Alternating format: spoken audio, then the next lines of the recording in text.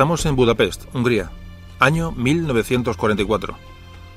La guerra para Alemania está perdida, y ante la inminente llegada de los soviéticos por el este, Hitler decide tomar militarmente Hungría, país hasta entonces aliado, para preparar su defensa. Esta decisión acarrea la orden de exterminio de la población judía húngara, que hasta entonces había sobrevivido. Ante esta terrible locura, un español, un zaragozano, funcionario de la Embajada Española en Budapest, pasará a la acción arriesgándolo todo para intentar salvar las vidas de aquellos infelices. Hoy hablaremos de Ángel Sanz Briz, el ángel de Budapest.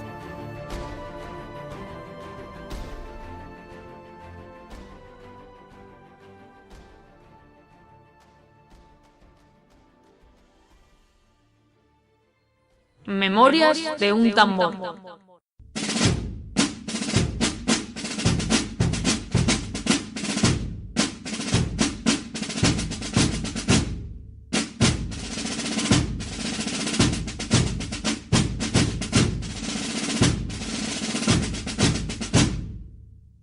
Hola amigos, ¿qué tal? Otra vez aquí hablando de historia de España. Hoy vamos a hablar del siglo XX, puramente siglo XX. Nos vamos a ir al entorno de la Segunda Guerra Mundial y vamos a hablar de un tema relacionado con el Holocausto, con la persecución de los judíos y el exterminio judío en Europa que ocurrió, como decimos, a mitad del siglo XX.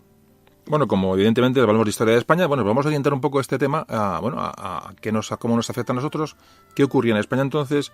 Hablamos de tiempos de cuando acabó la Guerra Civil Española, concretamente en el año 1939. La política española estaba absolutamente orientada hacia Italia y Alemania. Evidentemente eran las dos potencias que habían contribuido a la victoria del general Franco en la Guerra Civil, con lo cual pues teníamos una dependencia y una unión de facto con ellos. En este mismo año, en el 39, Franco firmó un tratado de amistad con Alemania y se unió al famoso pacto Anticomintern.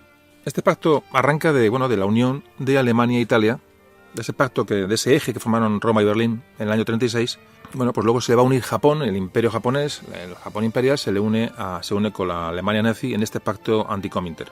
Pues este pacto estaba fundamentado en una unión en contra de la Unión Soviética, del comunismo internacional. En el 37, año 1937, se incorpora Italia y, como decíamos antes, en el año 1939, se incorpora España.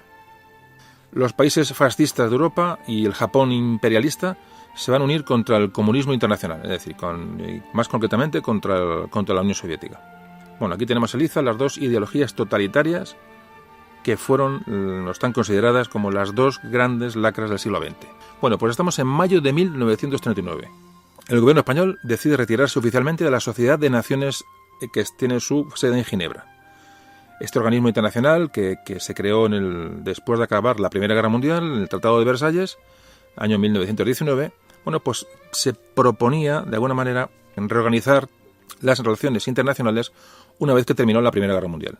Esta Sociedad de Naciones fue disuelta cuando acabó la Segunda Guerra Mundial y se creó la Organización de las Naciones Unidas, la ONU. Es decir, se puede considerar la Sociedad de Naciones, un antecedente de las Naciones Unidas. España abandona la Sociedad de Naciones en mayo de 1939.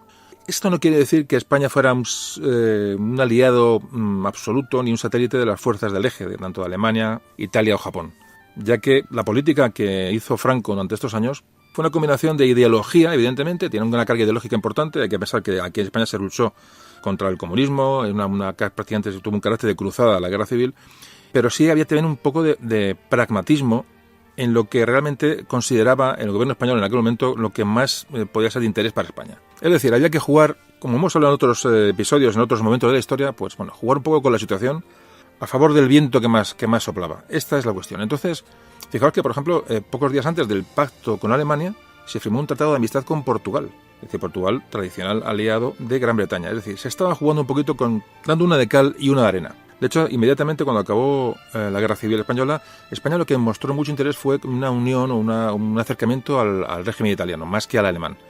Os podéis imaginar cómo estaba España tras la Guerra Civil. Un estado absolutamente calamitoso. Además, había contraído unas deudas de guerra, tanto con Italia como con Alemania, que eran una losa absoluta para la recuperación española, tras una contienda de 3 años. A Italia se le debían más de 7.000 millones de liras que Mussolini redujo a 5.000 millones con la intención de una serie de intercambios económicos en España, no intercambios, sino de facilitar la entrada de Italia, ¿no?, en el mercado español, tener cierta prioridad. Y tras unas durísimas negociaciones se estableció un calendario de pagos que, fijaos, se acabó de pagar en 1967. El tratado con Alemania, el tratado de amistad, evidentemente hubo una gran cesión de derechos a Alemania. Alemania tenía en España 17 compañías mineras, se dice pronto, que se fundaron aquí con capital alemán, después de las concesiones que tuvo que hacer Franco a Alemania. Y Alemania tenía la idea clarísima de una España, donde iba a poder hacer prácticamente campar a sus anchas. De hecho, hay por ahí un informe que hablan en aquella época, un informe interno del gobierno español que hablaba, dice, los alemanes, textualmente decía, los alemanes consideran a España como una colonia suya. España intentó no hacer más tratos, comprometerse más con Alemania, y intentó bloquear las siguientes ofertas económicas, entre comillas, ofertas que hacía Alemania. España intentó alargar todo lo que pudo el pago de esta deuda. De hecho, cuando acaba la guerra, España la cancela unilateralmente, es decir, esta deuda se queda en agua de borrajas. Bueno, pues como decimos, estamos año 1939, Europa está al borde del conflicto que le va a llevar a la Segunda Guerra Mundial.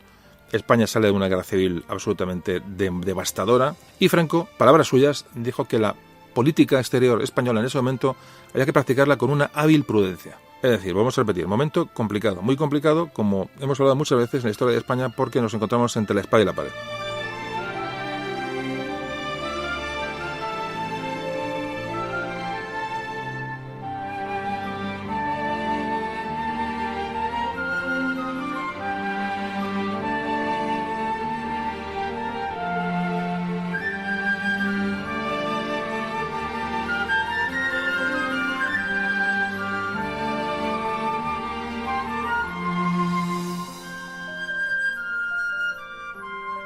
Bueno, pues la sorpresa viene cuando, en agosto de 1939, en todo este ambiente de tensión y de dimes y diretes, Alemania y la Unión Soviética firman un pacto de amistad, el famoso pacto que firman Ribbentrop y Molotov, tan solo 2 semanas después de que Franco hubiera nombrado el primer gobierno de la posguerra.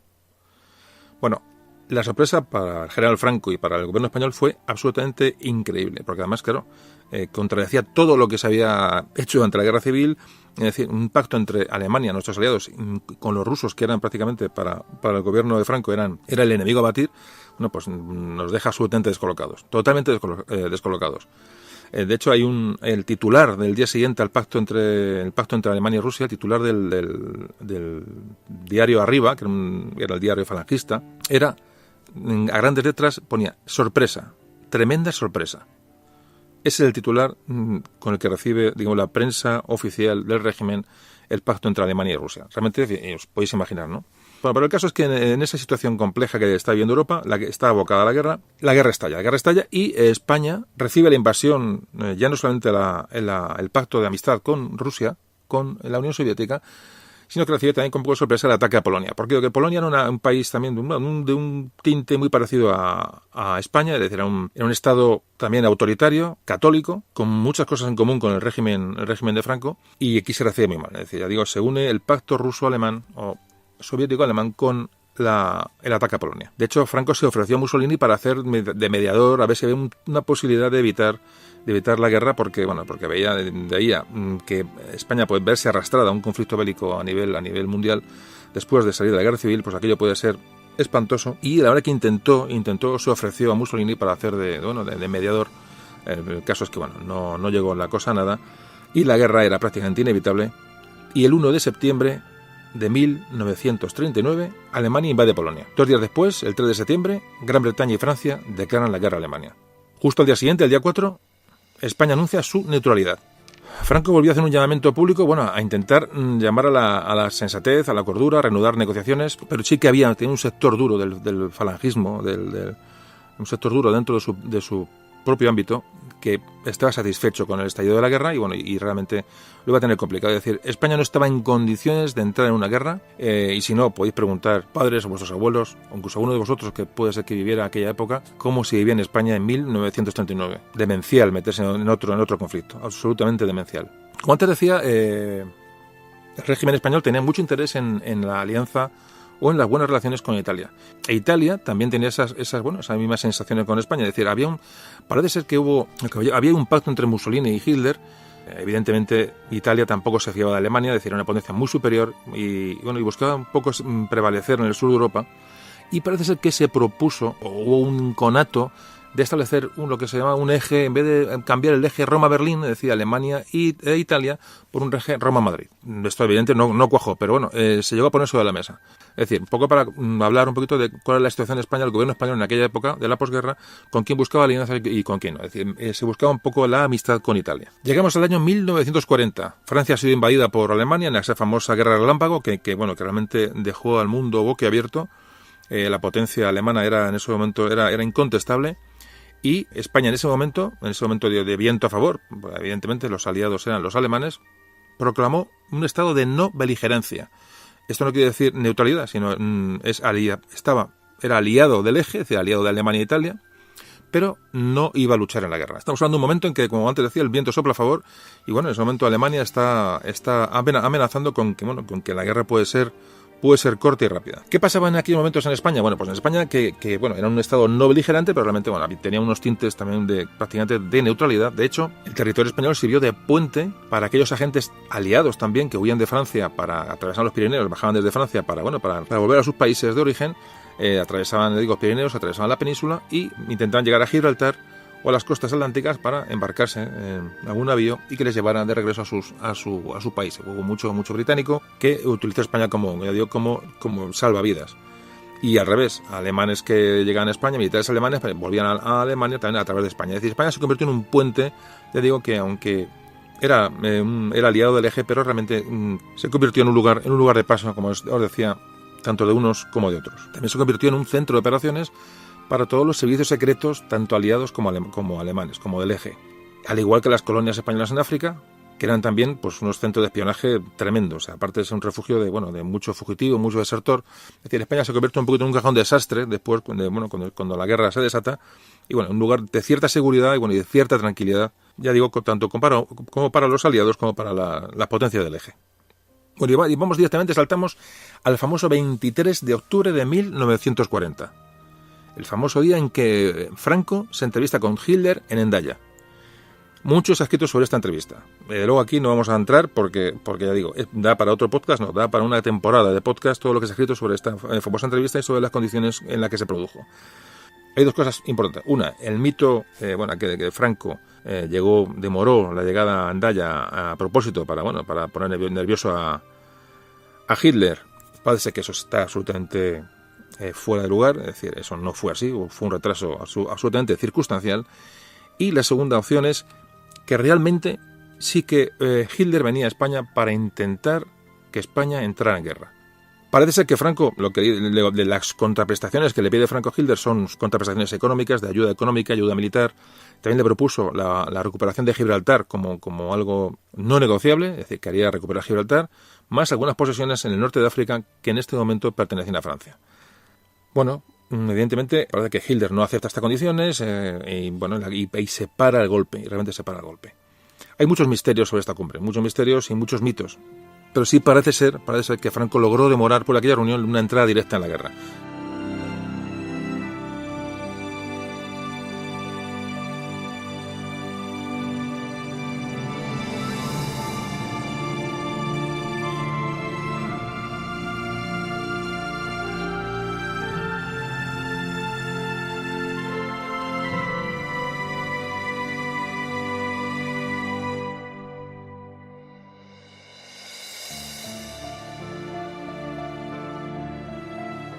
Te digo que repetimos que el estado de hambre, penurias y tras esa devastadora guerra civil no nos permitían prácticamente ese esfuerzo. Era un lujo que no nos podíamos permitir y aunque el ejército español tenía experiencia de combate, evidentemente tras 3 años de guerra, el ejército podía estar preparado, pero ni había material, ni había dinero, ni había prácticamente logística propia para aliarse con el eje, con Hitler y con Italia. Bueno, pues esta es un poco ya digo que esto daría para mucho más, pero lo dejamos aquí un poquito la reunión en Hendaya, en el famoso vagón, y pasamos a 1941.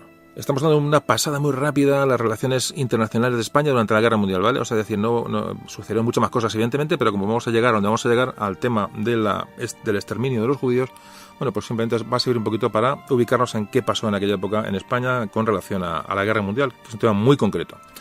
Estamos en el año 1941, en el momento en que Alemania invade la Unión Soviética. En este momento rompen ese pacto que habían hecho en el 39 y Hitler se prepara para invadir la Unión Soviética. ¿Qué hace en este momento el gobierno español? Franco envía, se recluta la famosa División Azul, una división de voluntarios. 45 o 50.000 voluntarios estuvieron una vez involucrados en el frente ruso.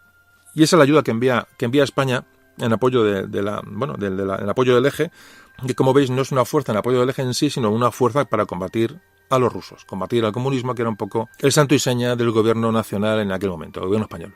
Llegamos a 1942. Hay un cambio importante. Se sustituye a Serrano Suñer en el Ministerio de Asuntos Exteriores por Gómez Jordana, que era una persona menos favorable al eje, una persona más centrada. Es decir, aquí ya empieza a haber síntomas de un pequeño distanciamiento del régimen español con las fuerzas alemanas, con la fuerza del eje. Hasta que llegamos a 1943, donde ya la derrota alemana era prácticamente muy previsible. En este momento se retira la División Azul de Rusia y empieza a haber un acercamiento del régimen español a los países aliados. Como veis, es un proceso del blanco al negro o del negro al blanco, en el cual el régimen de Franco pues empieza a tomar rumbos diferentes en función de cómo está la situación en el exterior. Una situación que, como digo, no nos pilla de nuevas porque en otros programas hemos visto cosas muy parecidas. En una situación de debilidad tenemos que jugar un poco nuestras cartas. Pues esta es a grandes rasgos la situación del momento. Ya digo, muy resumida para ver cómo estaba España en relación con Europa en aquel momento. Bien, hasta aquí llega la introducción y ahora enseguida vamos a hablar del problema que nos ocupa. Vamos a hablar de cómo se llegó a esta auténtica locura, esta catástrofe, ¿no?, que asoló Europa durante la mitad del siglo XX. Enseguida lo vemos. Pero vamos a hablar de la comunidad judía, de los judíos. Pues los judíos han sido discriminados desde hace 2000 años. Han sido excluidos de las sociedades continuamente. Todos los países europeos alguna vez les han expulsado de una manera u otra. Por supuesto, sabéis que España los expulsó en 1492, el decreto de expulsión de los judíos, que firmaron los reyes católicos. Pero ya digo, no solamente ocurrió en España, ocurrió en muchos sitios. Las persecuciones de los judíos fueron una constante durante los siglos de historia europea. Famosos pogroms. Los pogroms son, ataques a judíos, ¿no? Acciones violentas contra judíos que se produjeron en todas las ciudades importantes de Europa de una manera prácticamente regular. Pero ya en tiempos mucho más contemporáneos, si hablamos del siglo XIX, siglo XX, en Alemania los judíos se sintieron, como en su casa, se instalaron allí y había una comunidad judía bastante importante, ya digo, en Alemania. Estamos hablando de la primera mitad del siglo XX, en la que el antisemitismo, el antijudaísmo era muy común en países como Polonia, la Unión Soviética, en Francia, en Estados Unidos incluso. Y fijaos, curiosamente, Alemania no era un país que se le tomara como muy antisemita, era una sociedad que se la consideraba moderna, una sociedad civilizada, pero se produce la Primera Guerra Mundial. Y a resultas de la derrota alemana en la Primera Guerra Mundial, años después, con el ascenso del partido nazi al poder en Alemania, se va a culpar a los judíos de esta derrota. Ese chivo expiatorio que han sido siempre para situaciones complejas en cualquier situación y en cualquier país. ¿Por qué han sido chivo expiatorio tradicionalmente? Pues me imagino que todos tendréis una idea de esto. ¿Qué se puede decir? Comunidades muy cerradas, muy ensimismadas, muy mirando hacia ellos mismos. Tema religioso, era una religión que era diferente a las religiones preponderantes de Europa. Temas económicos, eran gente que manejaba muy bien el dinero, eran prestamistas. Entonces, claro, tener a la gente en su mano, eran comunidades muy cerradas. Y ya digo, con el dinero en su poder, pues esto ha hecho que el judío haya sido siempre el punto de mira cuando ha habido algún problema. Se les ha asociado, ya digo, con su diferente religión, con su posesión de dinero, siendo sus comunidades y costumbres muy cerradas. Y ya digo, eso ha sido prácticamente durante toda su historia prácticamente su tumba. Pues casualmente esa Alemania moderna o esa Alemania con formación de la población por encima de la media va a ser casualmente o contradictoriamente la que va a atacar a los judíos y los va a perseguir con mucha más fuerza. Como decía, los nazis volvieron a utilizar a los judíos como chivo expiatorio de la derrota de la Primera Guerra Mundial. Les culparon de todos los males, de todos. Decían que había una conspiración de judíos para acabar con la Gran Alemania, con las tradiciones propias de Alemania, y por ese motivo el judío tiene que ser expulsado de Alemania a toda costa y borrar su huella. Cuando el partido nazi llega al poder, evidentemente toda la oposición política es detenida, es decir, no hay una oposición que pueda hacer frente a esta ideología nacionalsocialista, y el camino para anular, para neutralizar, para expulsar a los judíos está prácticamente vacío de obstáculos, y Hitler lo que hace es, ir directamente a por ellos. Primero se les boicotean los negocios, es el primer paso, es decir, no se les compra. Segundo, La segunda fase de este ataque contra la población judía es expulsarlos de los trabajos. Es decir, son despedidos de los trabajos los trabajadores judíos. Y a esto se le asocia un siguiente paso en el tema de los negocios, que es confiscar los negocios. Es decir, ya no se les boicotea, sino que encima se les confisca los negocios a los judíos. Los alumnos judíos fueron expulsados de todas las aulas, de cualquier tipo, clase de edad. Es decir, desde las escuelas básicas, primarias, a las universidades. Son expulsados, son intimidados. Y gradualmente fueron viéndose conculcados sus derechos de una manera progresiva, pero absolutamente exacerbada. Por ejemplo, aunque pasó una anécdota, no se les permitía tener mascotas, para que os hagáis una idea. Es decir, hasta ese punto de intromisión en la vida privada llegaba la obsesión por los judíos. Hasta que llegó la famosa noche de los cristales rotos. Una noche en el mes de noviembre de 1938, la conocida como la Kristallnacht. La Kristallnacht fue digamos, ya la culminación de este ataque. Es decir, ese día fueron sus negocios quemados, fueron golpeados, fueron arrestados, fueron muchos asesinados, fueron quemadas las sinagogas. Eso tenéis mucha documentación, ya digo, sobre todo mucho en cinematográfica y por supuesto libros que os pueden ayudar a saber qué ocurrió allí. Realmente, haciendo un pequeño receso, particularmente lo que hemos leído o lo que he leído sobre el tema realmente es sobrecogedor, porque a la población se le lleva a esta situación de una manera increíble. O sea, esa Alemania culta, esa Alemania preparada, esa gente preparada, es arrastrada a esto por una serie de ideas, una serie de proclamas que a fuerza de repetirlas calan en la gente. O sea, estas mentiras, este hacer archivo expiatorio al que tienes enfrente, en este momento, en este caso la comunidad judía, llega un momento que la gente se lo cree. Es decir, todos somos susceptibles de que nuestro cerebro sea hecho papilla. Hay que estar siempre muy alerta con las tonterías que nos pueden decir. Muy alertas, siempre. Y tener un criterio, y tener una preparación, una formación y un criterio propio. Es fundamental. Y por eso la historia es muy importante. Está el famoso dicho ese de el que no conoce su historia está condenado a repetirla. Bueno, puede ser. Pero realmente lo que pasó en Alemania es inexplicable. Pero cuando uno habla o lee con alemanes de la época, ellos tampoco se lo explican. Dicen, no sabemos qué nos llevó a aquello. Porque luego lo han visto en frío y decían, pero qué barbaridad. O sea, a mí el testimonio de muchos alemanes después de todo esto, lo que me choca es su estupor, ¿no? Decir, ¿cómo nos llevaron a esto, no? Porque realmente nosotros seguimos esta corriente, ¿no? Nos involucramos en esta masa, nos involucramos en esta ideología realmente asesina y suicida. Y esto, un poco el mensaje es ese, o la moraleja de todo esto es que eso puede ocurrir. Es decir, tú a un pueblo le repites una serie de programas una y otra vez, y otra vez, y otra vez, y otra vez, y otra vez, y otra vez.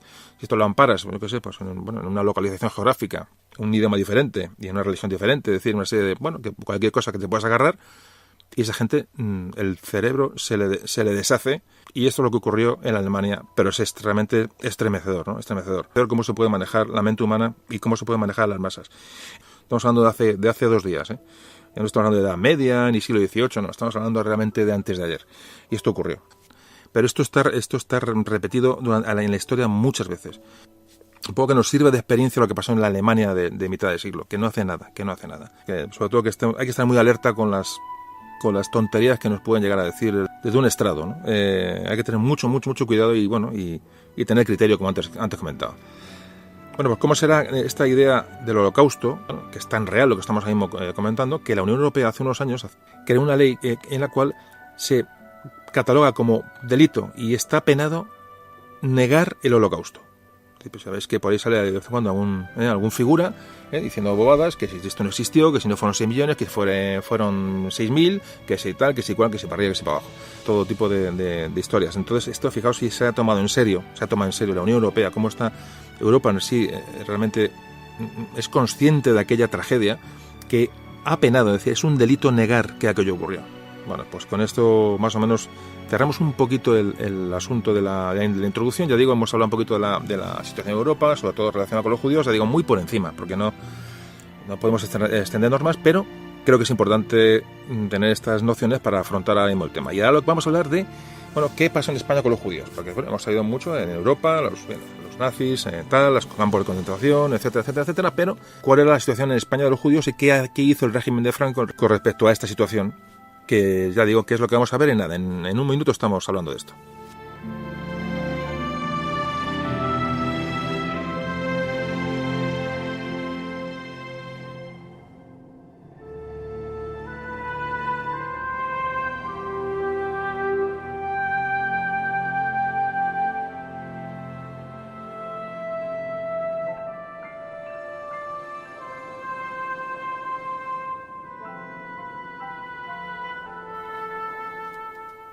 Bueno, pues nos encontramos con la España de Franco, la España de la posguerra, del general Franco, que, bueno, como antes comentamos, una política de alianza con Alemania, con Italia, a resulta de esa ayuda que se recibió durante la guerra.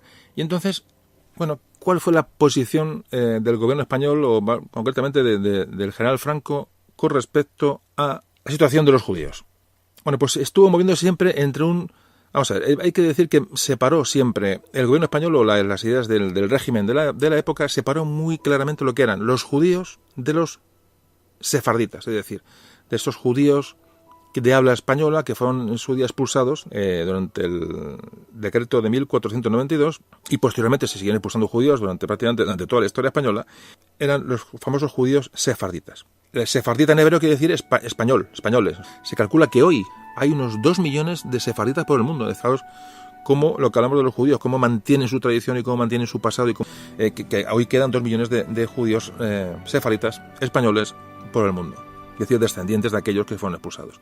Bueno, pues el régimen franquista lo que hace es diferenciar claramente entre el semita, entre el judío de europeo normal, del sefardita, es decir, el judío con origen español.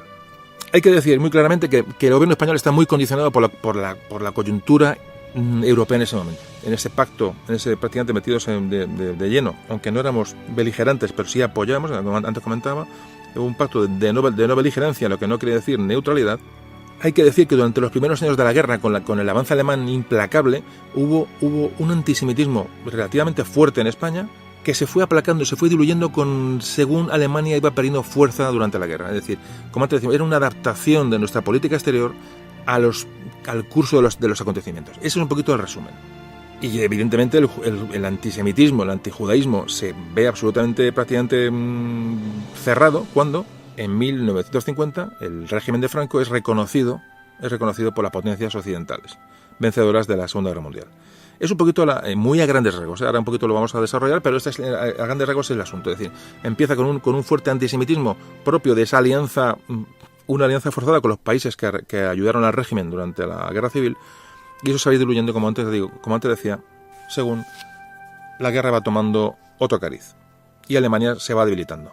Aún así hay que decir que, fijaos, el último discurso que dio Franco antes de morir, lo dio en 1975, pronunció una frase que hacía referencia al contubernio judeo-masónico comunista internacional, es decir, nombró a los judíos en su último discurso como un aspecto negativo y como un enemigo de España. Quiere decirse que siempre ha estado sobre la mesa el tema de los judíos, siempre. Hay que decir que no se le recuerda a General Franco ninguna expresión antisemita durante la Guerra Civil. Es una cosa que hay historiadores que se han dedicado a mirar discursos, y parece ser que no hubo un antisemitismo en la Guerra Civil, que es una cosa que empezó a elevarse posteriormente cuando Alemania nos forzó a esa alianza, como digo, obligada. Sí que había proclamas contra contra el comunismo, contra la masonería, etcétera, etcétera, etcétera, pero no se nombró a los judíos en estos enemigos del régimen.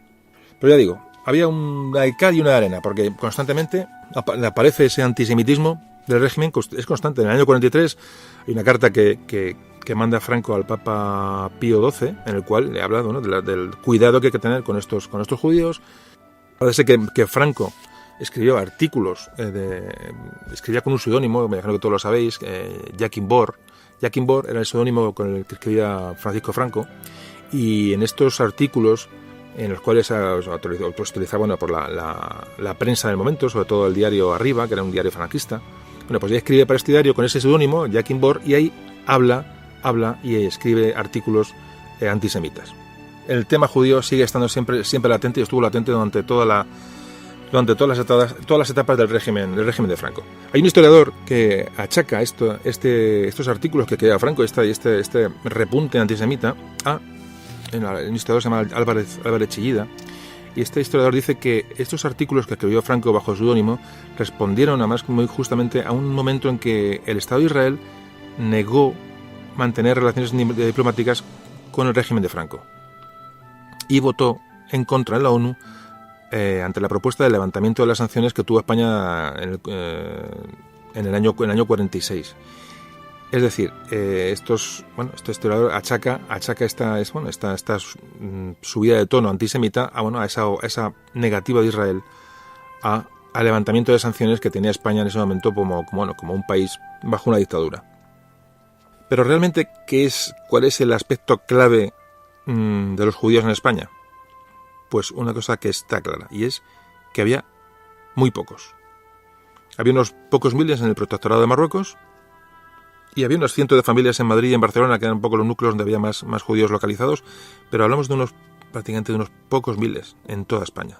Bueno, puede ser muy antisemita, pero si no los tienes a tiro, eso no deja de ser proclamas ideológicas, ¿no? Más que pasar a la acción, ¿no? Entonces, nunca sabemos qué habría pasado si en España hubiera habido 1 millón de judíos, no lo sabemos. Entonces, como es cuestión es entrar en hipótesis, lo vamos a dejar, pero realmente en España no había judíos, con lo cual no podemos saber realmente cuál hubiera sido el comportamiento del régimen con respecto a esta gente. Lo que sí que es cierto es que judíos como los sefarditas, que realmente no dejan de ser judíos, fueron protegidos. Es decir, fijaos que en el año 41 se crea la Escuela de Estudios Hebraicos, que se adscribe al Centro Superior de Investigaciones Científicas. Y esta escuela va a editar la famosa revista Sefarad. Es decir, si eres antijudío, por muy español que sea el judío, serás también antijudío español. Entonces hay una contradicción grande que es muy achacable a las presiones del entorno europeo en aquel momento, las alianzas con Alemania, con Italia, etcétera. Entonces, era una cosa es lo que se decía y otra cosa es lo que se pensaba, lo que se sentía. Es un poco lo que se puede traslucir de todas estas cosas que estamos ahí mismo contando. Hay un historiador, un hispanista, Joseph Pérez, francés, punto de vista relativamente, con distancia, y dice que Franco, el régimen de Franco, ni durante la guerra civil ni después persiguió sistemáticamente nunca a los judíos. Primero porque no había, pero realmente a los pocos que había tampoco se les persiguió. Hubo judíos ejecutados en Ceuta, Melilla y en Marruecos, pero no fueron ejecutados por judíos, sino porque eran izquierdistas, eran masones, pero nunca por judíos. Es decir, nunca se mencionó a los judíos como un grupo a eliminar, nunca. Parece ser que en Ceuta sí se les cerró la sinagoga, sufrieron algún tipo de vejación los judíos de Ceuta, también pasó algo parecido en Melilla. Sí, hubo, parece que en Sevilla, Queipo de Llano, el general Queipo de Llano sí que cerró la sinagoga de Sevilla y parece que obligó a la comunidad judía a pagar una suma elevadísima para la poca gente que eran. Es decir, parece que tuvieron cierta presión en Sevilla. En Barcelona la sinagoga fue saqueada y cerrada, lo mismo que las de Madrid y Sevilla. Y hablamos de cuando acabó la guerra civil, pues las comunidades judías fueron disueltas y los ritos religiosos judíos quedaron prohibidos. Es decir, de alguna manera se volvió al decreto de expulsión de 1492. Es decir, realmente el régimen de Franco se agarró al decreto de expulsión de los reyes católicos.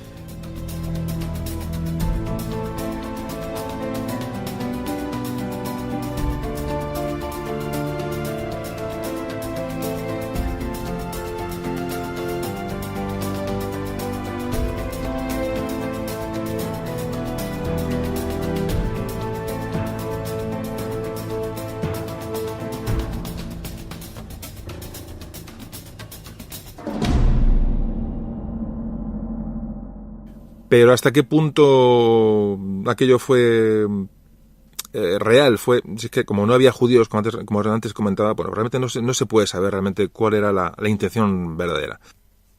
Como veis, estamos dando vueltas al asunto para llegar a nuestro personaje. ¿Esto cuándo llega? Ya llegaremos. Un poquito, siempre es una excusa para hablar de historia y conocer un poquito más nuestro entorno. Ya digo que siempre os aconsejo que aparte de lo que podéis escuchar aquí, que yo pueda comentar, enseguida os cogéis bajáis a la biblioteca más cercana, cogéis un libro y os ponéis a leer y realmente que tengáis vuestra propia opinión sobre todos estos asuntos.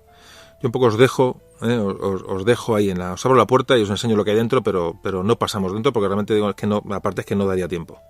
Bueno, pues vamos a hablar de la posguerra y la Segunda Guerra Mundial. Ya nos acercamos al tema que nos ocupa. ¿Qué pasa durante la Guerra Mundial? Un elemento importante, la embajada alemana en Madrid.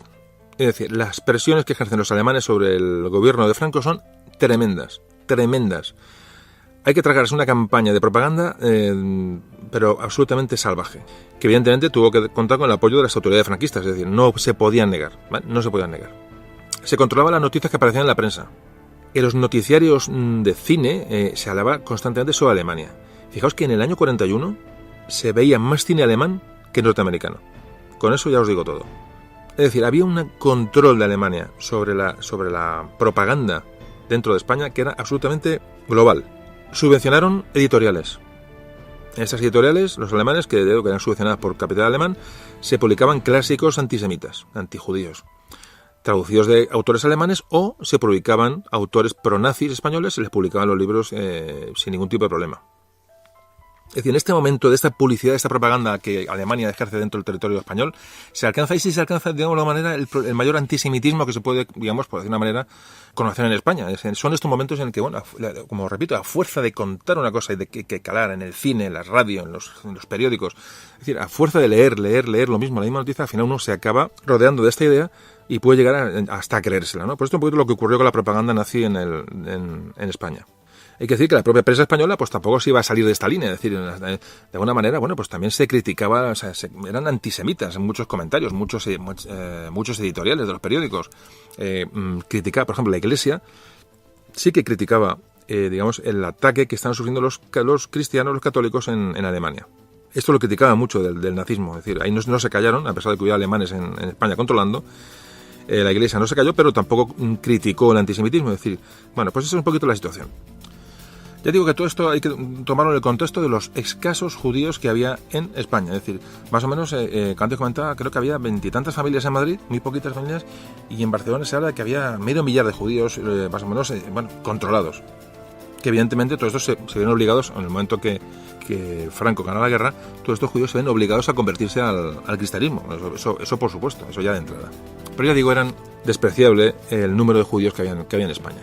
Aún así, no sabemos si para agradar al amigo alemán, no lo sabemos por qué, pero se adoptaron medidas policiales para controlar a los judíos que había en la península.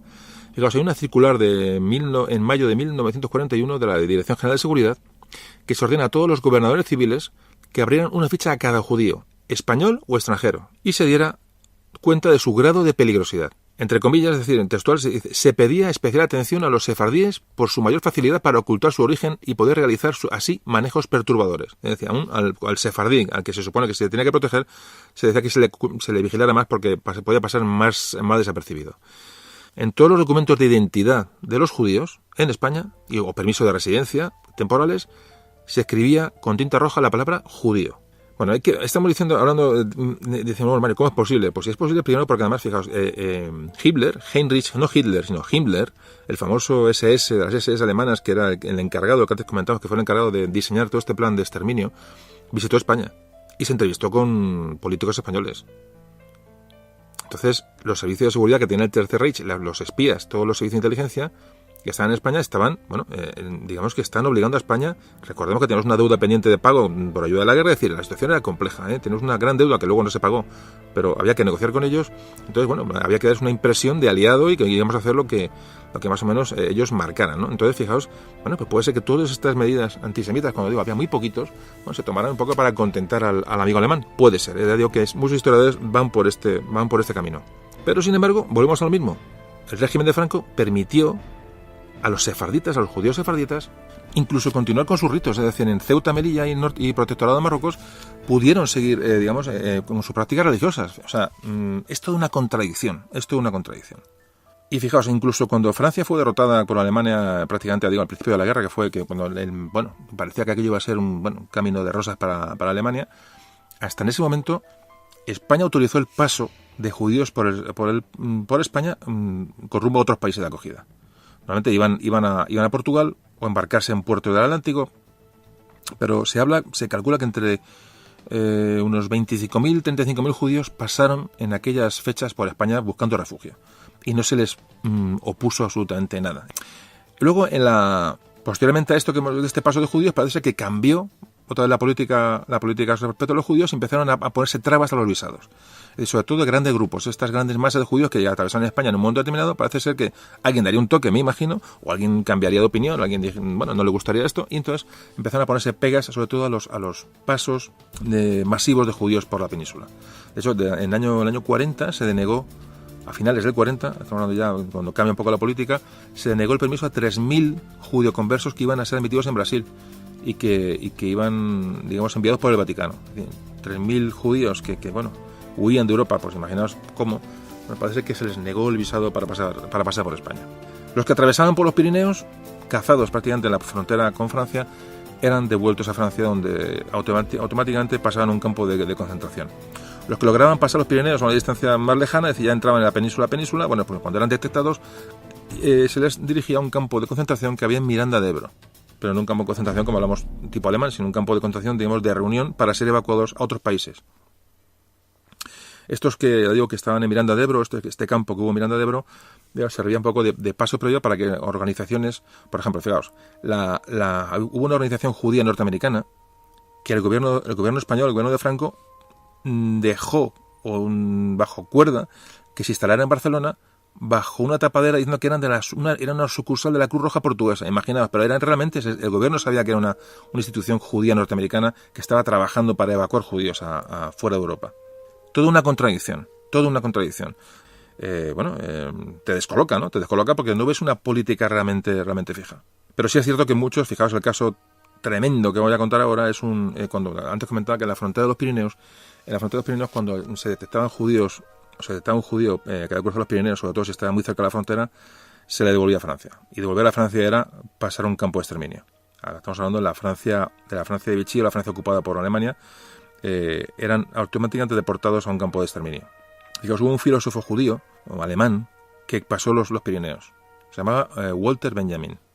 Bueno, pues este Walter Benjamin fue detectado al cruzar la frontera española se le apresó y se preparó su paso a Francia para ser deportado hacia allí. Y esta persona se suicidó en Portbou ante la opción de volver a Francia, y sabía lo que le iba a pasar, es decir, ya sabían lo que se estaba cociendo en Europa, se suicidó. Es trágico, es desesperante. Y como digo, son temas para reflexionar. Bueno, es un tema complicado y, como digo, creo que hay unas grandes contradicciones entre la ideología del régimen, una ideología antijudía, digamos, de gabinete, y los sentimientos realmente que había ante la persecución de estas gentes que se sabía que eran inocentes.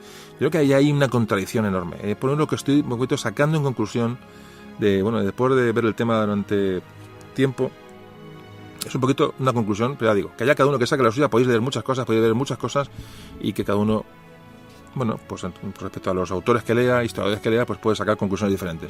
Yo en principio es en la que estoy llegando después de ver muchos datos y contrastar asuntos. Bueno, el caso es que, ¿qué pasó con los...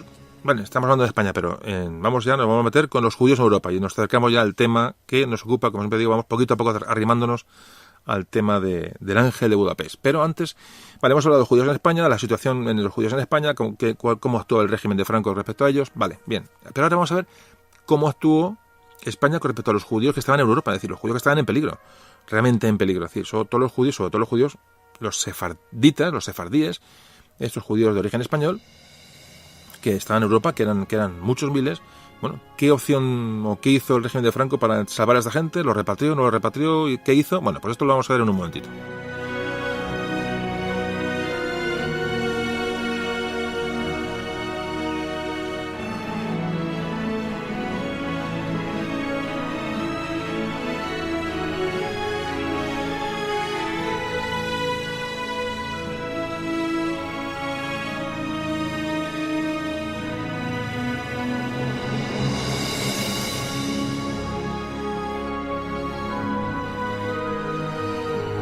Bueno, pues vamos a hablar de los judíos sefardíes.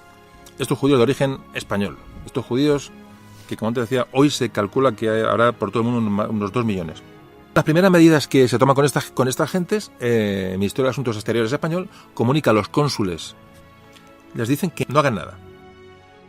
¿Pero qué pasó? Que los cónsules sí que intervinieron. Cuando los judíos con pasaporte español eran detenidos, los cónsules se presentaban para sacarlos de las prisiones o de los centros de retención, cuando realmente desde el gobierno español no se haya dado ninguna instrucción al respecto. Es decir, se está mirando para otro lado. ¿Qué ocurre? Que estos judíos siguieron viviendo bajo la atenta mirada de la policía alemana, porque eran españoles, tenían digamos, pasaporte español, judíos, digamos, de origen español. España le dio muchos ultimátum para que los repatriara, es decir, que vamos, llévatelos de aquí porque me los voy a llevar yo. Es decir, esa era la cuestión. De hecho, hay un ultimátum que manda el gobierno alemán al español, en el que dice que en el plazo de unos meses o el gobierno de Franco los repatria a España, se los lleva de donde están, o van a ser enviados al este, a campos de concentración, donde no podrán volver hasta el final de la guerra. En realidad en esos campos hubieran sido exterminados, en que a nadie le quepa duda. Ya el gobierno español empezaba a tener noticias de lo que estaba pasando en estos famosos campos del este. Ya empezaban a llegar noticias, como luego veremos. De hecho, la primera noticia que le llega al gobierno franquista es de lo que estaba pasando con los judíos en Europa. Es un informe que le llega elaborado por un grupo de médicos que habían estado de visita en Austria y Polonia, y en el que textualmente se habla de es un exterminio de locos.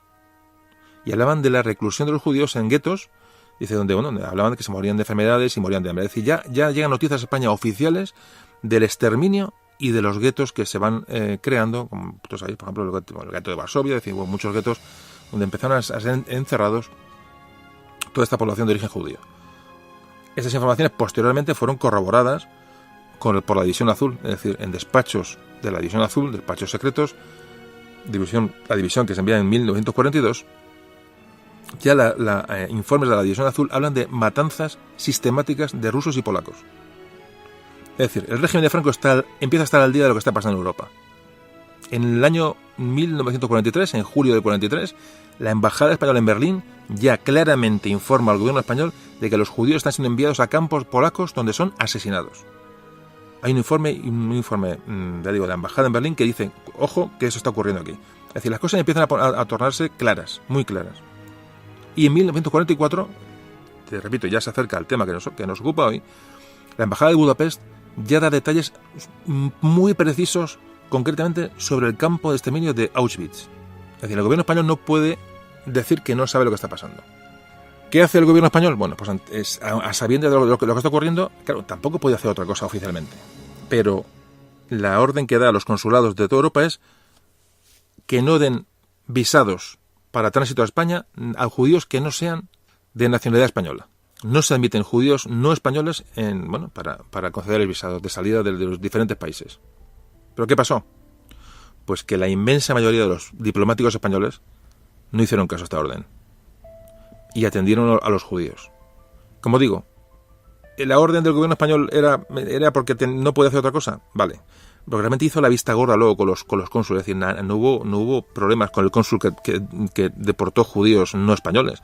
Es decir, como digo, hay en fin, es una situación muy compleja, muy compleja. Nunca sabremos realmente cuál era el espíritu del gobierno español con respecto a los judíos. Pero lo que es cierto es que el cuerpo diplomático prácticamente, en un gran porcentaje, no hizo caso a esta orden y empezó a dar pases, empezó a dar visados a judíos que no tienen origen español. El caso es que el plazo que tenían los judíos sefardíes para solicitar la nacionalidad española había expirado el 31 de diciembre del año 30. Además, los cónsules sabían que ni sefardíes ni no sefardíes, si un sefardí caía en manos de la policía alemana, sabía cuál era el drama que le esperaba. Pero ellos lo sabían. Entonces, sefardíes o no, había que sacar a aquella gente allí como fuera. Se ha hablado siempre como una ejemplaridad del cuerpo diplomático español en toda Europa. Realmente se ha hablado siempre de esto, incluso reconocido, ¿sabéis por quién? Por los judíos. Por los propios judíos. Se ha hablado muy bien de los españoles siempre qué hicieron, porque realmente, claro, fijaos que España era un aliado, no beligerante, pero era aliado de Alemania, era un aliado del eje. Con lo cual, las embajadas españolas eran, digamos, embajadas amigas, es decir, un territorio amigo, un territorio aliado, con lo cual era un lugar en el cual se podían intentar salvar gente como fuera. Bueno, pues esto, muchos diplomáticos españoles hay que agradecerles ese esfuerzo y jugárselo todo porque realmente ponían en peligro sus propias vidas, ¿no? Pues mucha gente se salvó gracias a estos diplomáticos. Diplomáticos que iban contra las instrucciones que recibían del gobierno, hicieron, pues ya digo, todo lo que pudieron para salvar a esta gente. Por ejemplo, vamos a decir nombres de diplomáticos españoles en el extranjero que se jugaron el bigote por salvar personas. Por ejemplo, Bernardo Roldán, Eduardo Gasset, Sebastián Romero. Los nombres porque realmente hay que nombrarlos. Estos eran cónsules en París y en Atenas. Ginés Vidal, que era embajador en Berlín, y su colaborador Federico Oliván. Julio Palencia en Bulgaria. Vale, y estos son digamos, la cabeza del cuerpo diplomático, pero ¿cuántos funcionarios por debajo ayudarían a esta gente a salvar vidas, ¿no? A salvar vidas. Realmente fue una época absolutamente terrible. Y bueno, y sobre todo, vamos a hablar del hombre del que vamos a hablar dentro de nada, que era Ángel Sanz Briz, que era en un diplomático que estaba en la embajada de Budapest en Hungría, y ya digo que es el que vamos a dedicar un poco al programa de hoy. Hay que decir que al final el gobierno español cedió a las presiones de los diplomáticos. Ahí siempre habrá dudas sobre si la reacción fue la correcta o se pudo hacer algo más. Siempre quedará esa duda porque realmente no se dieron muchas facilidades a los diplomáticos para que ejercieran esta repatriación de personas, ¿no? Por ejemplo, ya el gobierno español cede ante la embajada de Berlín en un momento determinado, en diciembre del 43. Se sabe que hay unos 360 y picos supervivientes judíos de origen español que estaban en el campo de Bergen-Belsen. Entonces el embajador en Berlín, bueno, pues no sabemos cómo, pero logra ya con la colaboración del gobierno español desde Madrid y con el gobierno alemán, logra sacar a estos casi 400 supervivientes que llegaron a la frontera española en febrero del 44. Un milagro, un auténtico milagro, porque estaban prácticamente, para ser ejecutados, como digo, en el campo de concentración. Entonces, bueno, pues aquí nos encontramos, antes de ya hablar, ya nos metemos con nuestro personaje y cerramos el asunto de la actitud del gobierno de Franco con respecto a los judíos.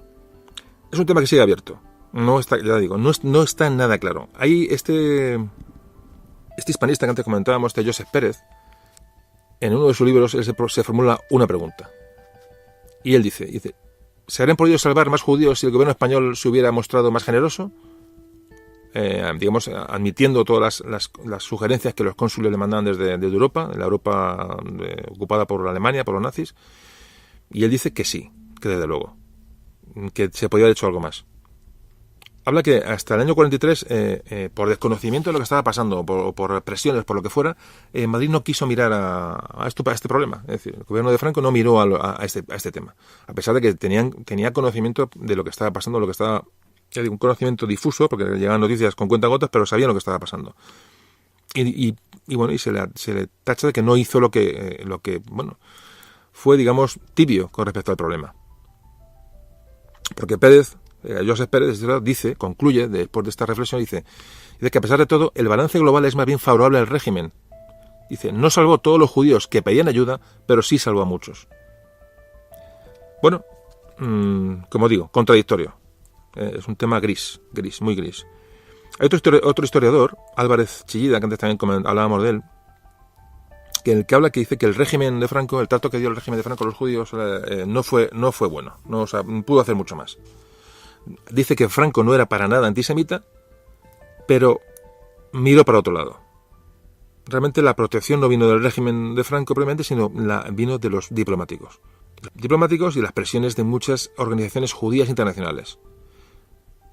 Y otra parte que ayudó a que esto no fuera un desastre absoluto en cuanto a los judíos españoles, o de origen español, o que estaban controlados por los consulados españoles, es que el Ministerio de Exteriores alemán, el ministro de Exteriores alemán de turno, se empeñó en repatriarlos. Es decir, llamaba al gobierno español, oye, ven y llévatelos que me los voy a ejecutar, es decir, me los voy a llevar al este.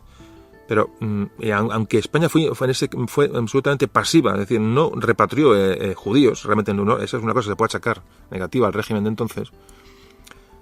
La suerte es que Alemania los respetó, no los ejecutó. Esperó hasta el último momento a que España, como aliada, se los llevara.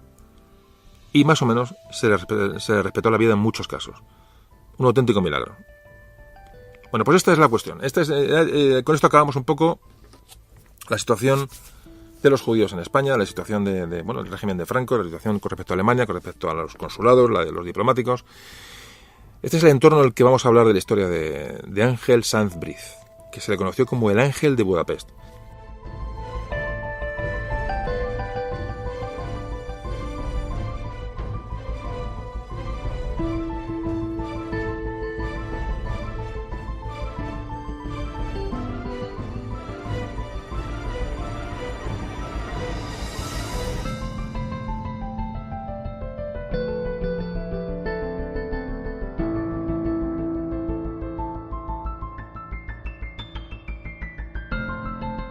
Bueno, pues ya entramos en el tema de hoy.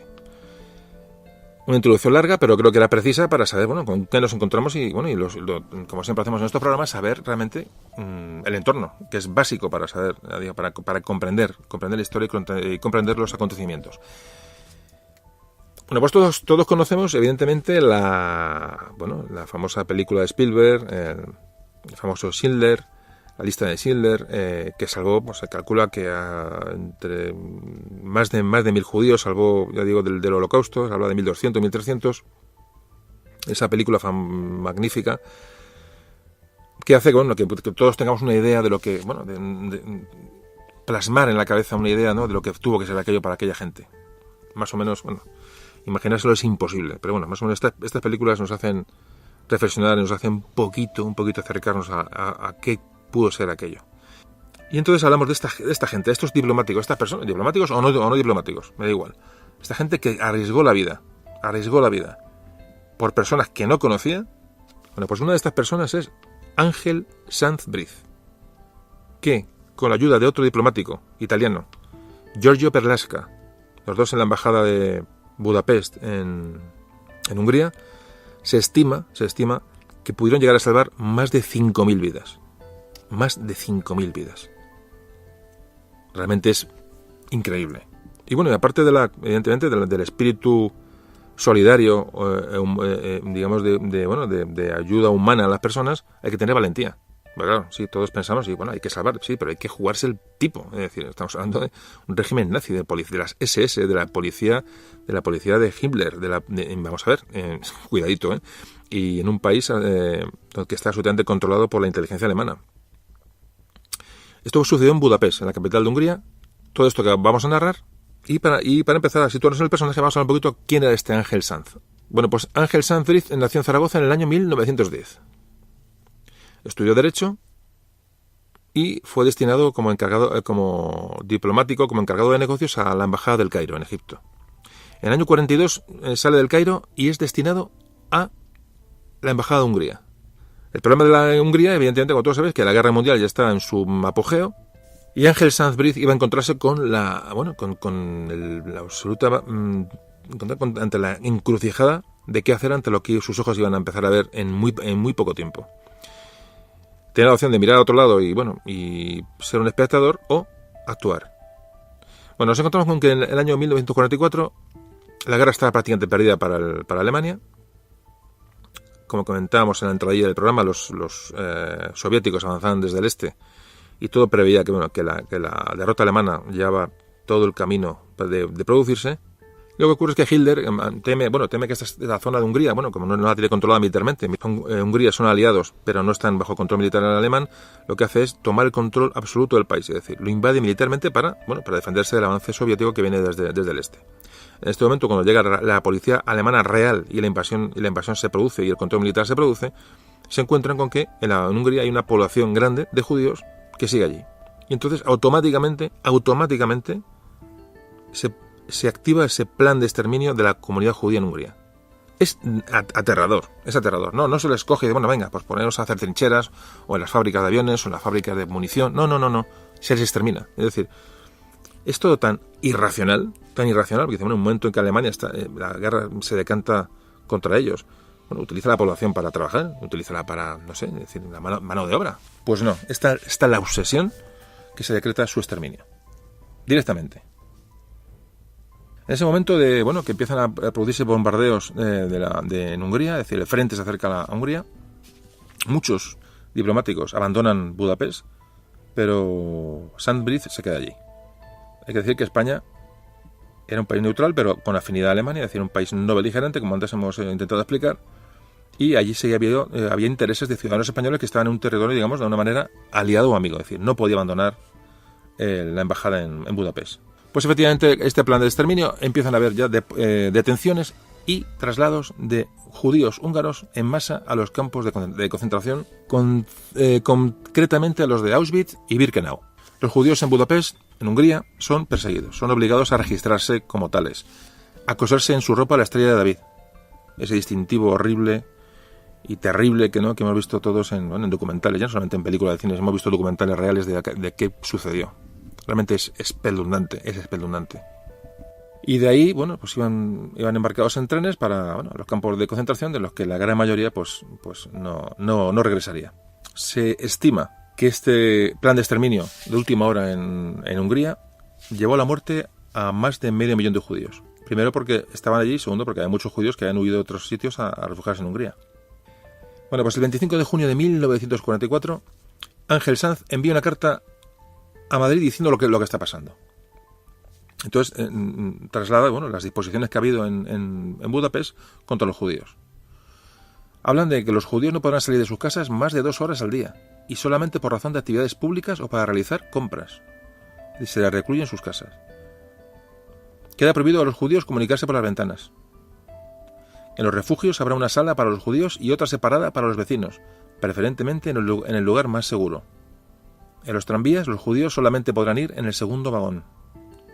Se prohíbe a los vecinos albergar a los judíos. Estas son las primeras medidas que se tomaron cuando los alemanes toman militarmente Hungría. Se les obliga a entregar pues todo lo que tienen objetos de valor, objetos de oro, de plata, las radios, bicicletas. Todos los instrumentos un poquito de valor que tuvieran en su posesión están requisados.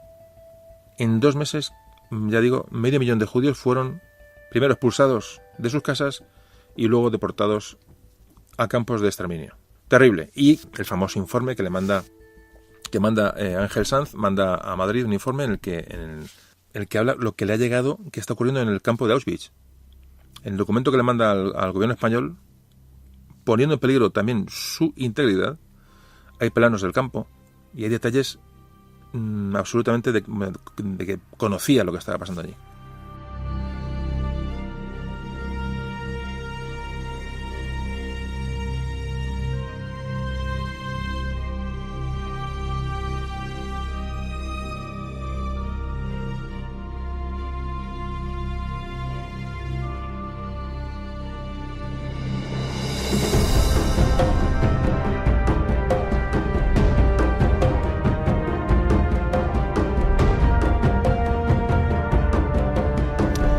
Ahí en este informe habla de las declaraciones de dos judíos eslovacos, en los que ellos narran lo que está ocurriendo. Entonces Sanz se lo traslada a Madrid para que se sepa.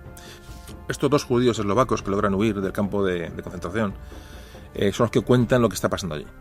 Cuentan, dice, de los vagones bajan 45.000 judíos llegados de Salónica, demacrados y hambrientos. Unos 10.000 son seleccionados para los campos de trabajo y al resto los envían directamente al crematorio. Los que se salvan, hacinados en barracones, no soportan las duras condiciones del lugar y al poco tiempo enferman de paludismo. Los guardias alemanes les recomiendan a los enfermos que vayan al hospital del campo de concentración, algo que los prisioneros más antiguos desaconsejan. Pues porque enfermo que llegaba a la enfermería se le ponía una inyección letal y era sacado cadáver en una carretilla, pero automáticamente. Esto lo cuentan estos 2 eslovacos, que es un informe que le llega a Sandbridge y que remite a Madrid. Y todo esto lo conocemos, ya sabemos lo que pasó, lo que hacían, hay muchos testimonios, incluso de gente que sobrevive y tal, pero estamos hablando de que estas noticias llegan a Madrid. Es decir, esto que estoy contando es lo que llega a Madrid, porque Sandbridge toma nota de una carta que escribieron estos 2 hombres que lograron escapar y empieza desesperadamente a mandar noticias fuera para que se sepa lo que está ocurriendo allí, ¿no? Claro, son detalles del campo de exterminio más grande que tuvo Alemania, la Alemania nazi. Se estima que más o menos pudieron morir allí unos 2 millones de personas. Bueno, pues esto queda reflejado en este informe, que estos dos eslovacos, 2 jóvenes eslovacos que escapan de allí, bueno, pues lo logran expandir, y entonces ya digo, le llega a Sandbridge y es lo que él cuenta, lo que manda por valija hasta Madrid. Una vez que llega a Madrid este informe, no recibe ninguna respuesta Sandbridge del gobierno español.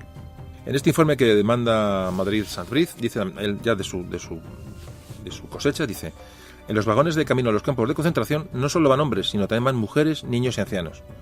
Dice, es difícil de creer que vayan a trabajar. Todo esto lo comunica Madrid para que le autoricen a repatriar más judíos a Madrid. Él está pidiendo que haya un movimiento diplomático porque él tiene en la mano salvar gente. Y se los están quitando las manos y los están asesinando. Es decir, él quiere salvar gente, pero entonces dice lo que está pasando para que desde Madrid le den una vía de escape, ¿no? Una vía de escape, una solución. Realmente debe ser muy, muy, muy desesperante. Pone mucho énfasis Ángel Sanz en que lo que dice es veraz. Es decir, no está exagerado. Él pone mucho énfasis en dar una información veraz para que se sepa lo que está pasando. Es decir, nada exagerado. Esto lo remarca mucho. Es decir, que no se está inventando nada. Que esta gente lo que han hablado es una información que él considera absolutamente real. Meses antes de que Sandbridge empezara ya a notificar a Madrid, al gobierno de Franco, lo que estaba pasando, lo que él estaba viendo, ya había habido, un año antes, ya había habido una denuncia de la comunidad internacional a Alemania denunciando esta matanza sistemática de judíos. Es decir, ya se conocía el Holocausto, ya era un término que circulaba prácticamente por todos los países occidentales, se sabía lo que estaba pasando en Alemania. Bueno, pues no se sabe cómo, pero el informe de Ángel Sanz empieza a circular por los círculos de Budapest. Es decir, este informe trasciende. Fijaos el peligro de vida que tiene ya este hombre. Es decir, está ya denunciando un hecho en un país que está dominado por la policía alemana, por las SS alemanas, y fijaos la cuestión, ¿no? Un tema complicado. O sea, aquí demuestra, ya digo, no solamente la disposición de ayuda, que pienso que todos la tenemos, pero hay que tener ese punto de coraje, de valentía, ¿no? Para decir, bueno, arriesgo mi vida, pero tengo que intentar salvar a esta gente. Realmente es lo que hace grande a un hombre, ¿no? Ese punto de decisión, ¿no? De coraje en un momento determinado y jugarse lo que tiene por gente que no conoce y con la que no tiene ningún tipo de obligación. Aquí hay otra contradicción. Si tu embajador, si tu cónsul en Budapest te comunica que está habiendo matanzas, habiendo exterminios, te está denunciando un tema de un país aliado, lo suyo a lo mejor hubiera sido destituirlo, ¿no? Creo que algún historiador pone sobre la mesa. Pues no se le destituyó, se le dejó seguir haciendo, y es más, después de cuando acabó su periplo en Budapest, su estancia en Budapest, se le dieron embajadas y puestos diplomáticos importantes. Es decir, de alguna manera, sin mirando a otro lado, decir, bueno, tú haz lo que puedas, que yo no puedo hacer nada. Es un poquito lo que antes os comentaba. Es decir, muchas veces esa pasividad del gobierno español viene un poco dada por haz lo que puedas. Yo no te voy a corregir, ni te voy a destituir, tú haz lo que puedas, pero no me pidas ayuda porque no voy a mirar para dónde estás. Bueno, esa es un poquito un poco la esencia de este asunto. Hablaba cuáles eran las condiciones que le habían llegado cómo se vivía en Auschwitz, de los prisioneros de Auschwitz. Hablaba del famoso cartel que había en la entrada del campo de concentración. Se ponía el trabajo a libres, fijaos. Parece ser que los recién llegados al campo de concentración dice, una libre de margarina y una cucharada de mermelada, a lo que se acompañaba con un café o un té frío. Esto lo cuenta Sambriz en su informe. Dice, la sopa que se servía a mediodía estaba hecha con agua sucia y una remolacha, mientras que cuando caía la noche se repartían en teoría a cada persona 300 gramos de pan, aunque al final la cosa se solía quedar en la mitad. En el campo de concentración se abrió un instituto de higiene, en un bloque aislado de los otros. Se dividía en internos infectados y cirugía. En su interior se provocaban heridas de guerra para ver de qué forma curaban después. Se hacían estudios raciales con los esqueletos de los prisioneros y se trataban las enfermedades contagiosas. Además se hacían investigaciones sobre los efectos de la altitud, bajas temperaturas, la ingesta de agua de mar, siempre con los presos como cobayas y en contra de su voluntad. Esto lo cuenta Sanz en su informe. Hablando de que el primer crematorio en Auschwitz se inauguró en marzo del 43. Se inauguró con 8.000 judíos procedentes de Cracovia, que fueron gaseados e incinerados. Que había unidades de trabajo compuestas por judíos, encargados de colaborar con los propios alemanes, ¿no? A cambio de, como me decían, de unos meses de vida más. Eran los encargados de retirar los cadáveres, de limpiar las cámaras de gas. Esto era la vida en el campo de concentración.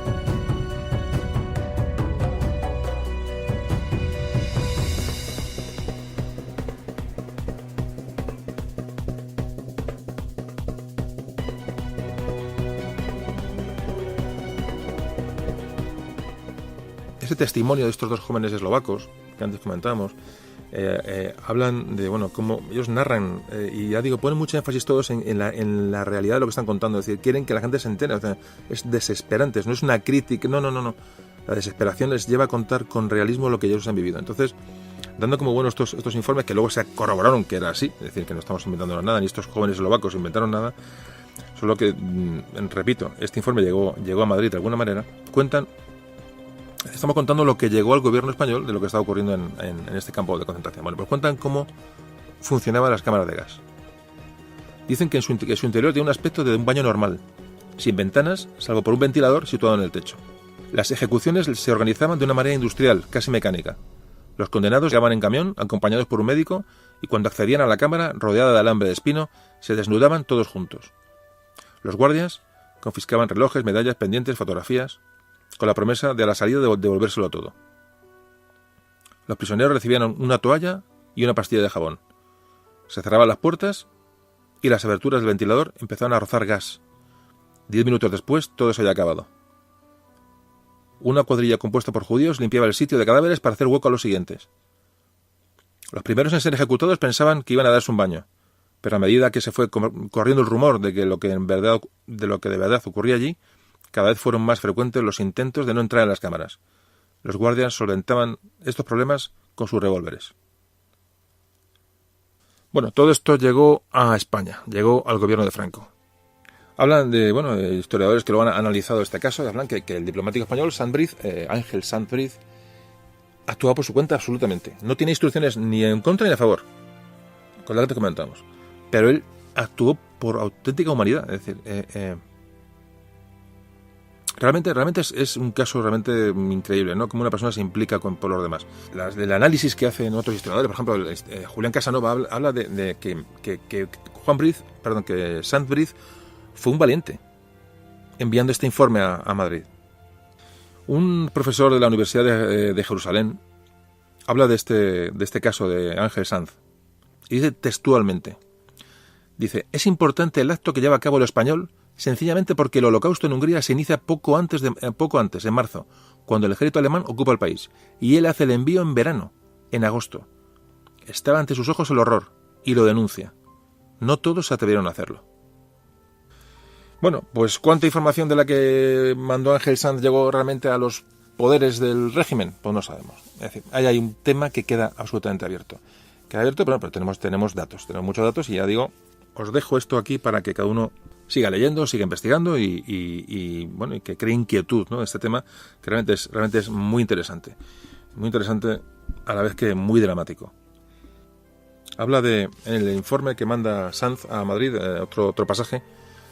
Me quiero alargar, pero creo que es interesante porque son testimonios y como antes decía, hay que aprender de todo esto.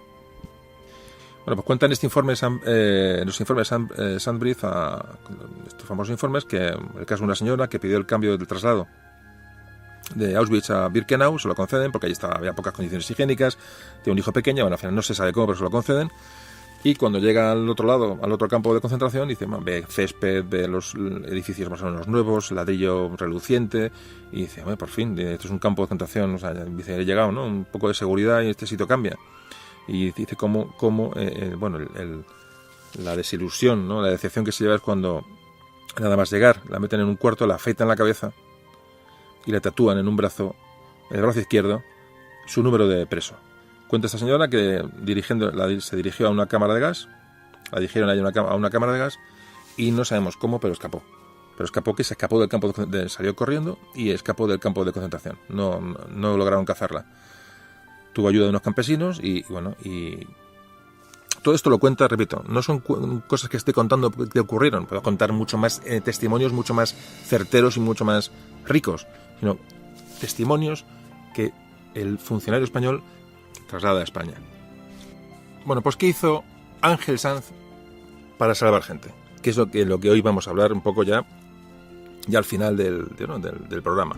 Ante las denuncias que manda a Madrid, no recibe respuesta, ninguna respuesta. Ya un año antes el secretario de la Embajada Española en Berlín, Oliván, había escrito al Ministerio de Asuntos Exteriores pidiendo autorización para ayudar a los judíos del exterminio que estaban siendo objeto. No recibe respuesta. Y entonces ocurre cuando el embajador en Budapest, hay que pensar que Sanz-Briz era un agregado de negocios. Bueno, pues el propio embajador en Budapest, Miguel Ángel de Mugiro, contacta con el embajador en Berlín y entre los dos empiezan a buscar algo para buscar una salida a toda esta gente, es decir, una artimaña legal para intentar sacarlos de la atolladera. Entonces encuentran un decreto que fue promulgado en el año 1924 de la dictadura de Primo de Rivera, que daba la posibilidad de conceder la nacionalidad española a los descendientes de los sefardíes expulsados por los reyes católicos. Bueno, pues se agarran a esta ley, evidentemente engañando a los alemanes que no sabían que la ley había sido derogada por la Segunda República en el 31.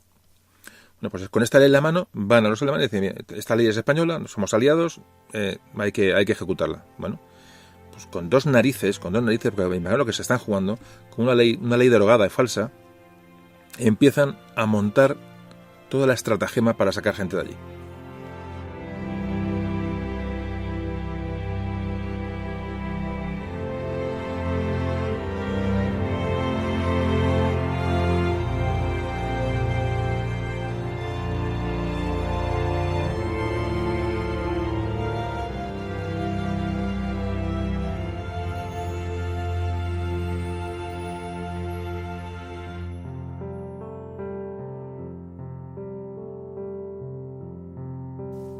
La primera acción con esta nueva táctica es salvan y envían a Tánger 500 niños que estaban en la sala de espera de una cámara de gas en Polonia.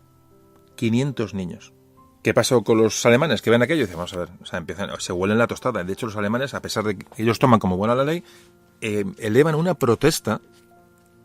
La policía alemana, el gobierno alemán, eleva una protesta ante el Ministerio de Asuntos Exteriores en Madrid, diciendo, bueno, ¿qué pasa? ¿Esto se van a llevar los judíos de aquí? O sea, si van 500 niños de golpe, ¿cómo es esto? O sea, ¿qué ley es esta? O sea, protestan por... Imaginaos la cuestión, es que es increíble. Bueno, pues esta gente logran salvar la primera atacada a 500 niños. Yo digo esto a los alemanes porque estaban encima. Estaban encima, de decir, no, sácalo, no, con una ley, venga, no. O sea, estaban vigilados por la policía alemana y estaban pendientes de ver qué movimientos en falso podían hacer los españoles para sacar allí gente y con qué artimañas se podían valer. Ante estas presiones alemanas, lo que hace el gobierno español es destituir al embajador en Budapest, a Mugiro. Y entonces es cuando toma el relevo Sandbrith en la embajada de Budapest. Se convierte en el responsable de la embajada en Budapest. Lo que no sabían los alemanes ni los húngaros pronazis, pues eso, que Ángel Sanz estaba absolutamente al día de todas estas medidas y era partícipe de ellas. Aquí aparece y se junta Sandbrith en este momento con un italiano, con Giorgio Perlasca. Giorgio Perlasca, que había combatido en la Guerra Civil Española y se había puesto en la embajada en Budapest. Había que seguir haciendo lo que hacía el antiguo embajador, pero sin levantar sospechas, y había que planificarlo de una manera diferente para que no se les cogiera con las manos en la masa. Y entonces, lo que hacen es que este Giorgio Perlasca lo que hace es, simula una nacionalización española, es decir, para moverse con más libertad en la embajada, y entonces cambia el nombre de Giorgio por Jorge. Es decir, cambia a ser Jorge Perlasca. Y es contratado por la embajada. Es decir, las dos personas, tanto Sandbrith como Jorge o Giorgio Perlasca, son las dos personas que van a tomar van a tomar otra vez las maniobras de intento de salvamento de estas personas. Hay un personaje muy importante, porque Sandbrith colabora con el embajador sueco, Raúl Wallenberg. Raúl Wallenberg es un diplomático sueco que esta persona sí que realmente tuvo en su mano la salvación de muchísima gente. Fijaos que este embajador sueco realmente fue allí a eso y con el permiso del gobierno sueco. Es decir, pidió al gobierno sueco que le enviara allí para salvar judíos. Él iba allí a eso.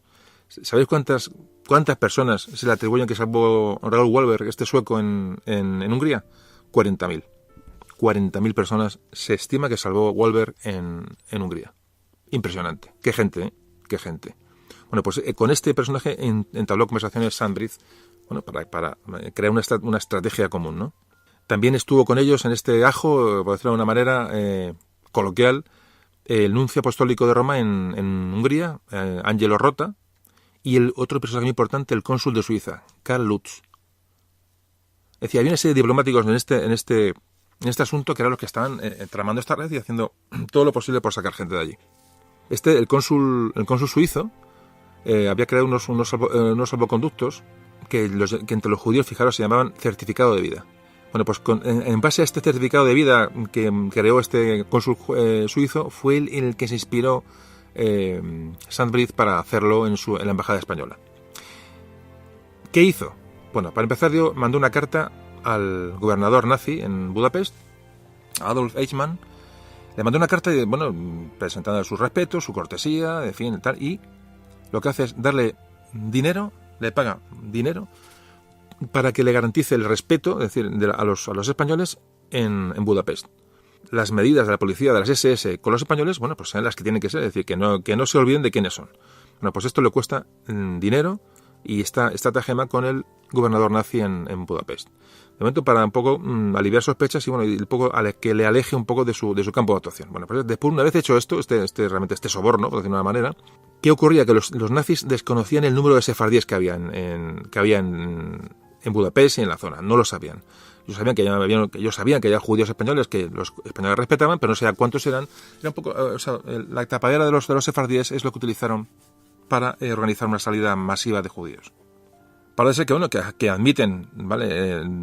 Los nazis admiten a Sandbrith, después de mucha negociación, le otorgan 200 salvoconductos para judíos sefardíes. Esto es lo que logra, después de mucho trabajo y muchas argucias, logra que el gobernador de Budapest le asigne a los españoles 200 salvoconductos para sacar judíos de origen español, judíos sefardíes. Pero estos 200 visados los convirtió en más de 5.000. En más de 5.000. ¿Cómo lo hizo? Lo vemos enseguida.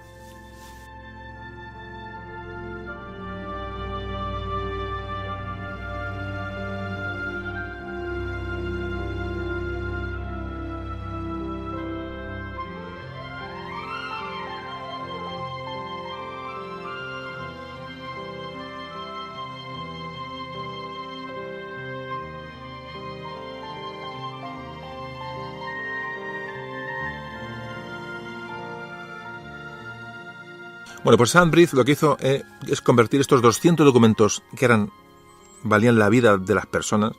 Imaginaos lo que es 200 documentos, que son 200 vidas. Los convirtió en visados familiares. O sea, 200 documentos personales los convirtió en 200 visados para familias. ¿Cómo lo hizo?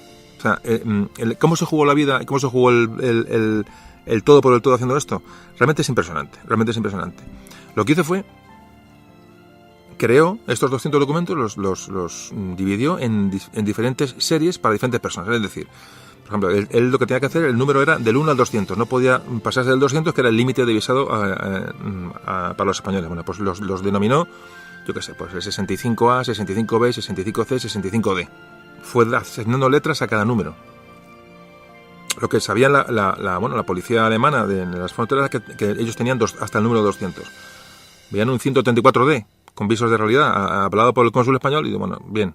O sea, gracias a eso, pero fíjanos que realmente la treta de alguna manera es burda, pero es que se estaba jugando la vida. Cuanto más burda fuera la treta, más se jugaba el pellejo este señor, ¿no? Bueno, pues así lo hizo para intentar sacar gente. Y además convirtió, cada visado en familiar, no era unipersonal, sino que era familiar. La única precaución era que no superaran el número 200. Por ejemplo, aquí hay un famoso ejemplo de salvoconducto que hicieron en Budapest, que decía textualmente lo siguiente. Decía: certifico que Mor Mannheim, nacido en 1907, residente en Budapest, calle de tal, ha solicitado a través de sus parientes en España la adquisición de la nacionalidad española. La legación de España ha sido autorizada a extenderle un visado de entrada en España antes de que se concluyan los trámites que dicha solicitud debe seguir. Bueno, pues en esta estratagema de poner letras a cada número, de meter familias en vez de personas individuales, parece ser que se sacaron más de 5.000 judíos. Muchos de ellos no tenían nada que ver, por supuesto, con españoles, evidentemente. ¿Y qué pasó? Claro, porque llegaban, eso se corre la voz entre los judíos. Es decir, oye, que en la embajada española la gente está saliendo. Bueno, pues la gente acudía allí, claro, imaginaos, iban a salvar la vida. ¡Qué desesperación! Familias enteras. Llegan y oye, que aquí nos están sacando. Vale, pues, ¿qué hacía mientras, para tener a la gente poco controlada y quitarlos de la calle? O sea, que no estuvieran, pues si los cogían en la calle, evidentemente iban a ser deportados al campo de concentración. Esta gente huía, estaba escondida en casas, en sótanos, en casas de amigos, en graneros, en fábricas. Entonces llegaban por la noche a la embajada española a escondidas y pedían un salvoconducto de cómo podían salir de allí. Entonces Sandbrith lo que hizo con su propio dinero, alquiló casas cercanas a la embajada y les proporcionó alimentos y atención médica. Estuvo escondidos en pisos de alguna manera protegidos por las leyes diplomáticas, es decir, eran edificios, se llamaban edificios extraterritoriales. De hecho, en estos pisos que alquiló con su propio dinero, puso carteles en la puerta en el que ponía Delegación Española, edificio extraterritorial. Con lo cual la policía alemana, evidentemente, podía haber entrado. Imaginaos qué problema tenían. Pero bueno, desde que aquello era una zona que respetaban, y esa gente pudo permanecer en estas viviendas. Hablan de que una familia entera se hospedaba en un cuarto de baño, a esperar a que Sandbridge consiguiera un transporte para esta gente y sacarles con otro visado falso, sacarles como pudiera hasta llegar sobre todo hacia Suiza o a España, en fin, ponernos a salvo de aquella barbaridad. Bueno, pues este es el trabajo de Sandbridge. Impresionante, ¿verdad? Impresionante, sobre todo la valentía, ¿no? Decimos, ya no es la decisión, eso todos tenemos ese sentimiento de solidaridad y de ayuda al de al lado, sino es la decisión y la valentía de jugarte la vida por alguien que no conoces y alguien que no tienes ningún tipo de obligación. Bueno, pues va a llegar el final de la guerra, a finales del 44, está a punto de caer Budapest en manos de los soviéticos. Claro, entonces, como evidentemente era la embajada española, es decir, una embajada española que era enemiga absoluta de la Unión Soviética. No había relaciones diplomáticas ni nada que se le pareciera. Entonces, claro, recibe, ante la llegada de los soviéticos, Sandbridge recibe de Madrid la orden de abandonar Budapest y trasladarse a Suiza. Dejó toda la infraestructura que había organizado. Mientras entraban los rusos en Budapest, siguió sacando el italiano Giorgio Perlasca, siguió utilizando este sistema que ha creado Sandbridge para seguir sacando algunos judíos más de Budapest. Pero cuando se había acabado ya los visados, es decir, ya era una cosa que no podían sacar más porque iban a ser detectados, y este italiano empezó a falsificar documentos de identidad españoles falsificados por él mismo. Esto durante los últimos días de dominio alemán de Budapest. Ojo también lo que hizo este hombre, Giorgio Perlasca. Impresionante. Bueno, pues de esta manera tuvieron judíos escondidos en estos pisos, en Budapest, hasta que entraron los soviéticos en Budapest. Budapest fue liberado y los judíos, pues pudieron, los que quedaban vivos, pues fueron salvados. Ángel Sandbridge regresó a España. No recibió ninguna felicitación, pero tampoco ninguna censura. Es decir, como antes decíamos, tampoco interesaba muy bien lo que hizo y lo que no hizo. Entrevistaron una vez a su hija en un acto de homenaje, tuvo muchos, casi a título póstumo. Entonces, como en uno de los actos que habló su hija, entonces dice, a lo largo de su carrera mi padre siempre nos decía, lo que tuve el privilegio de hacer en Budapest es lo más importante que he hecho en mi vida. No hacía falta recompensas ni grandes alaracas. Entre 1946 y hasta que murió joven, murió con unos 70 años, quiero recordar, sí, unos 70 años. Bueno, pues estuvo en diferentes ubicaciones, estuvo como diplomático, estuvo en Lima, estuvo en Berna, estuvo en el Vaticano, estuvo en Bayona, en Guatemala, estuvo en Estados Unidos, San Francisco, Washington, Nueva York, estuvo en Perú, en Holanda, en Bélgica, estuvo en China. En China fue el primer embajador español en Pekín con Mao Zedong. Fijaos, sobre todo destinos de importancia. Y su último destino fue el Vaticano, en 1976. Fue embajador de España ante la Santa Sede. Y allí, durante ese trabajo en Roma, falleció en 1980. Pues murió, pero fijaos qué huella dejó Ángel Sandbridge. Qué huella. Los sefarditas, los propios judíos sefarditas, claro, que sabían español, sabían su nombre de pila, le pusieron, se llamaba Ángel, bueno, le pusieron el sobrenombre de el Ángel de Budapest. Todo relacionado con su nombre de pila. ¿Qué reconocimientos ha tenido Ángel Sanz después? Pues muchos reconocimientos, muchísimos. Por ejemplo, recibió el título del gobierno de Israel de Justo entre las Naciones. Ya digo, a título póstumo. Y se escribió su nombre en el memorial del Holocausto contra otras personas, otros héroes judíos. El nombre de Ángel Sanz está en el memorial del Holocausto en Israel, junto a nombres como el sueco Wallenberg, que dijimos que se salvó a más de 40.000, o el alemán Schindler, el famoso Schindler de la película.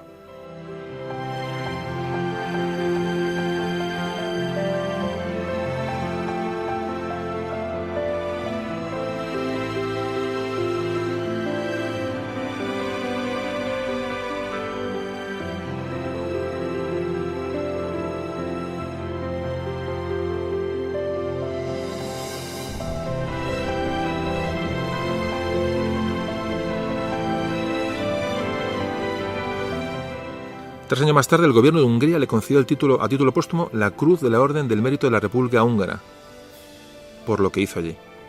Años más tarde también el gobierno húngaro, en conmemoración del 50 aniversario del Holocausto de los judíos, colocó una placa en uno de los edificios en los que, si vieron estos edificios que dijimos que alquiló él con su propio dinero, pues colocó una placa haciendo referencia a esta acción de Ángel Sanz.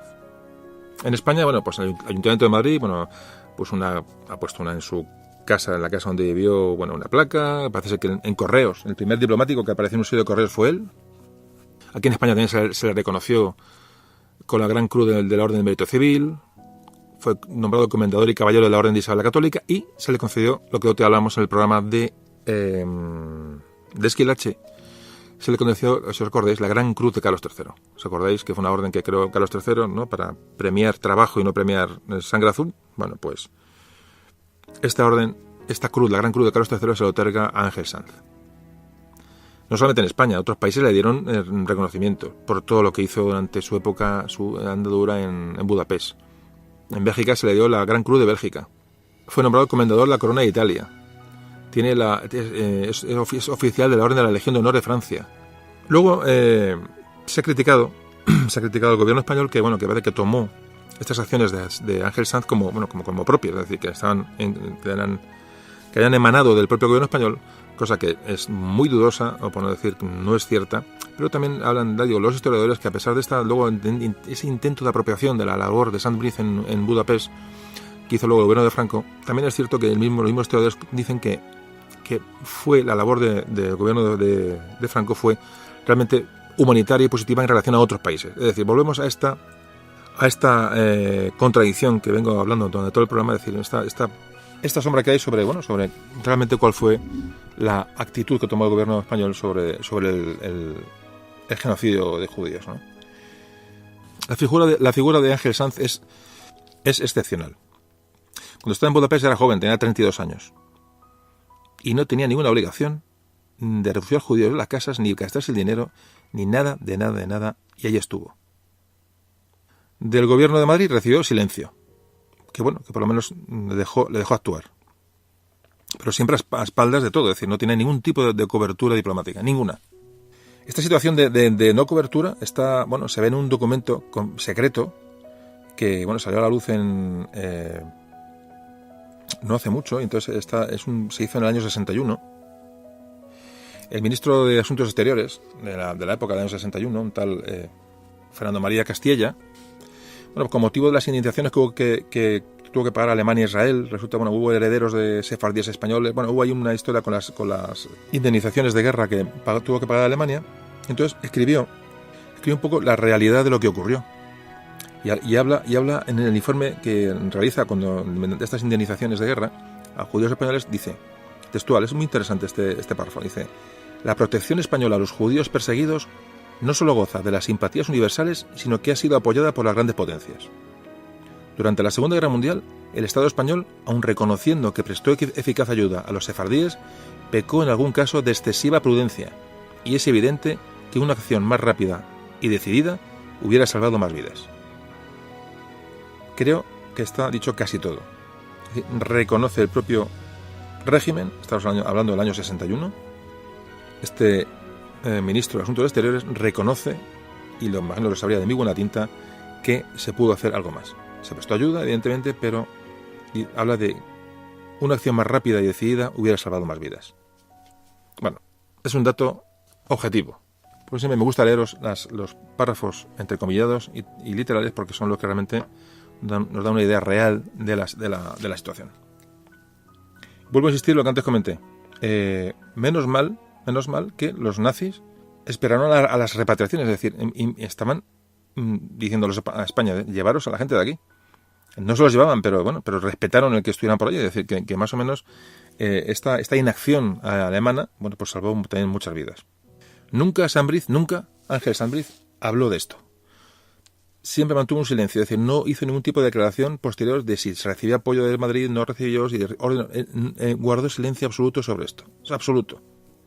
Pues descendientes o judíos que habían sido salvados en estas acciones de Ángel Sanz, cuando estaba de diplomático en Nueva York, en el año 63, quieren que se airee lo que hizo este hombre en Budapest. Es decir, una persona callada, es decir, nunca dijo lo que hizo. O sea, otro había dicho, venga, yo estoy aquí, yo he sido. No. Él fue un diplomático como uno cualquiera, nadie sabía realmente bueno, evidentemente cuando llegaba a los sitios al final se le conocía y al final todo se conocía, pero él nunca dijo nada. Guardó silencio, una persona discreta al 100%. Pero resulta que los propios judíos que sabían dónde estaba, que estaban en Nueva York, dijimos que este es el hombre que estuvo en Budapest y salvó mucha gente. Es decir, se pidió al gobierno español que se le reconociera públicamente lo que había hecho. Los propios judíos, dice, ya que tu gobierno nadie dice nada, nosotros vamos a reconocerte lo que diste por nosotros, ¿no? Entonces le hizo un periodista israelí, le hizo una entrevista en Nueva York, le dio permiso al gobierno español para hacer esa entrevista. Entonces le pidió información, bueno, para escribir un libro sobre lo que ocurrió en Budapest. Entonces el diplomático, cuando recibe esa petición de entrevista, solicita permiso al Ministerio de Asuntos Exteriores español para que le den permiso para hablar, evidentemente, no puede hablar como diplomático, necesita un permiso por encima, entonces se le da un permiso. Y fijaos lo que se le dice desde España al diplomático: que los datos que tiene que transmitir deben de hacer referencia a que su intervención fue por orden expresa y con conocimiento del gobierno español, debiendo en Sanz-Briz eludir todo protagonismo. Y esto fue lo que hizo Ángel Sanz-Briz ante el periodista israelí que le hizo una entrevista. Increíble. Realmente es increíble. Qué personas, ¿no? Tan íntegras, y fijaos lo que esa persona tenía que saber. Y bueno, pues en esa declaración recibió órdenes desde Madrid para que no tuviera ningún protagonismo y dijera que todo lo que hizo fue orientado y provocado desde instancias del gobierno español. Todo esto ha salido a la luz, evidentemente, por eso estamos hablando hoy de él. Todo esto ha salido a la luz, entonces aún adquiere mucho más valor la persona. Mucho más valor la persona. Ya es valiente, es un héroe, es una persona decidida. Pero este silencio, bueno, esa profesionalidad, ¿no? Le hace aún mucho más grande. Bueno, pues terminamos ya.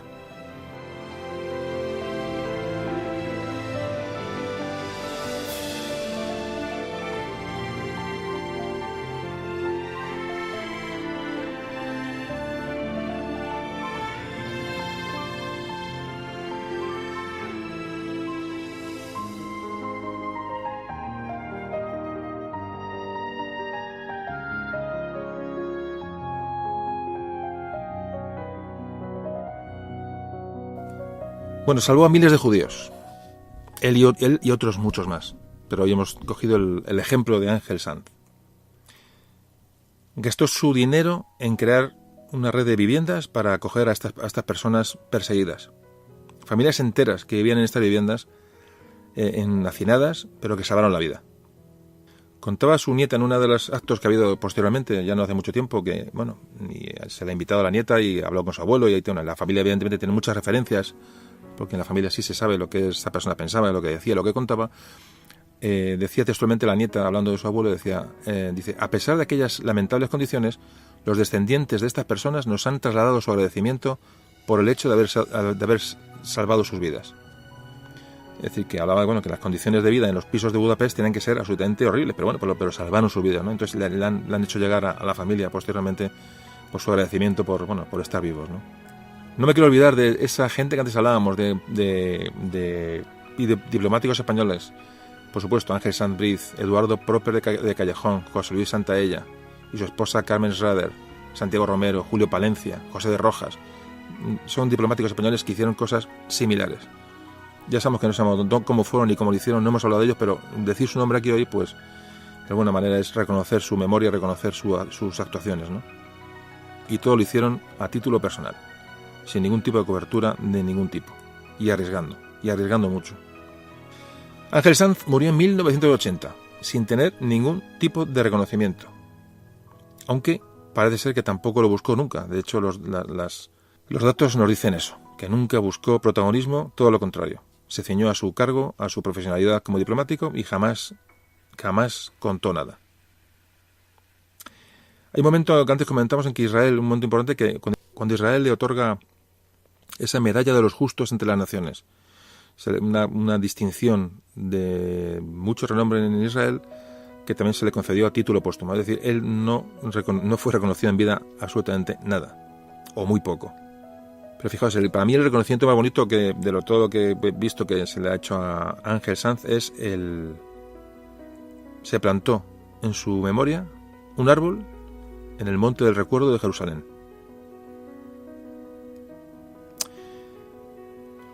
Bueno, pues estamos terminando. Hoy no hay mucho o nada que resumir. Hoy no es un tema de historia al uso, hoy son unos hechos diferentes. Hoy hemos hablado de un tema diferente a lo que hemos hablado hasta ahora. No hay mucho que remarcar, mucho que recordar, mucho que asociar a otros podcasts. Creo que ha sido un relato de lo que un hombre puede llegar a hacer. Fijaos, de todo lo que he leído sobre el asunto, lo que más me ha impactado, ni mucho además, cuando leyendo las andanzas de Ángel Sanz, lo que contó su nieta en uno de estos actos con el que fue invitada, ¿no? Y habló de su abuelo. Fijaos lo que contaba su nieta que le contaba a su abuelo. Dice, recorría aquellos trenes repletos de judíos diciendo, el que sepa una palabra en español lo bajo del tren. Dice, con un simple hola bastaba. Mi abuelo comunicaba a los nazis que esos eran españoles y los bajaba del tren a poquito que hablaran español. ¿Os imagináis a Ángel Sanz recorriendo una estación, gritando a esos pobres personas hacinadas sobre los vagones, el que hable español que lo diga, que lo bajo del tren? ¿No os parece impresionante? Es emocionante realmente, ¿verdad? Bueno, pues es el pasaje que más me ha marcado de leyendo toda esta historia. Repito, esa persona recorriendo un andén, jugándose la vida, porque antes la estaba jugando, diciendo el que sepa una palabra español, lo bajo del tren. Realmente es memorable. Por favor, como siempre os digo, contad esta historia. La de Ángel Sanz Briz, el ángel de Budapest. Gracias por escuchar y nos vemos pronto. Memorias de un tambor.